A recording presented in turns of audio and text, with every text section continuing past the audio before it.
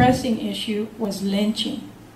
Now, I know those of you from the Valley, probably in recent days, we're starting to talk about some people call it the matanza that occurred here by the Rangers in 1915.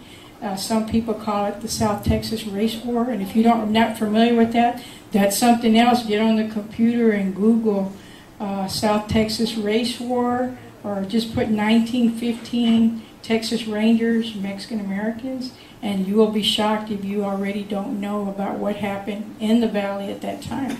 Anyway, at an earlier time, lynching was again a serious issue against people of Mexican descent. And I've been teaching history for about 15 years or so, and many students do not realize that African Americans were not the only people who were lynched. South Texas was also a place where there was heightened racial tension, to say the least. And so there was some lynching, probably dating back to the, I imagine, the 1850s. Because we even know in Goliad, originally called La Bahia, there was a lot of lynching of Mexicanos in that time period because of the culture-racial clash that occurred as a result of the U.S.-Mexico War. Anyway, so lynching was a major issue. Also, segregation, racial segregation was on the increase. Now, remember that 1910 was really important because the Mexican Revolution was starting. And as a result of that, South Texas and other parts of Texas were getting re-Mexicanized. The number of immigrants was so significant, we had over 1 million Mexicans move into the United States between 1910 and 1930. So again, the racial situation is changing here. As a result of that, hey, the European American, that's a word I use for other people call them Anglos, but I use European Americans. The European Americans responded, and they responded with segregation. They didn't really want to be near or around Mexicans. And in fact, in that time period, in the 1920s especially, we began to see something else that's being referred to by the social workers and other folks who didn't like us as the Mexican problem. So you see then the whole South Texas is especially changing. And again, those of you who are from the Valley probably know more about this than I do. But the racial composition of the Valley is changing. You've got Midwesterners that are coming in who have never seen a Mexican or Hispanic before. And you have a whole new dynamic that's occurring.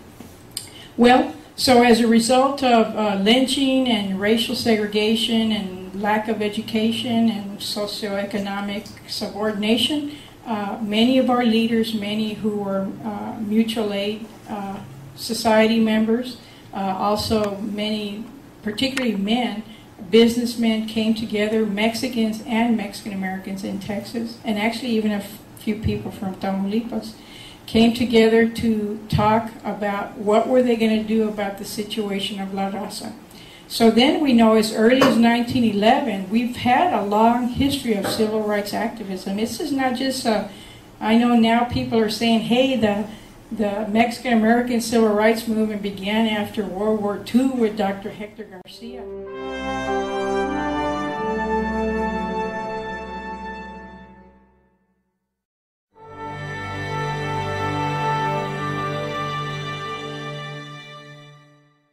Okay, and let's say even if you stand up and say, hey, somos raza, tenemos que estar unidos, and our response over here would be, you know what, we do need to be united.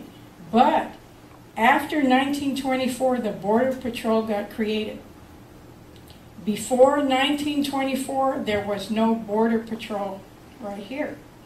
So, you know what, now citizenship matters even more. And if you're a Mexican citizen and you need to fight the European Americans, you need to fight racism, and you don't speak English, how are you going to fight them? Does anybody have an answer to that? How are you going to fight them? So you see, you really need the Mexicano in Texas at that time would need the Mexican American, the English-speaking Mexican American, because there's still a lot of Mexican Americans in the 1920s who don't speak English. Okay, because the average Mexican American at this time has an elementary amount of education. We're not talking even about high school at this time. And so you see, you wouldn't have English. You probably also, if you're a Mexicano fighting for citizenship or for rights, etc., and let's say somebody's your boss, well, they're going to fire you.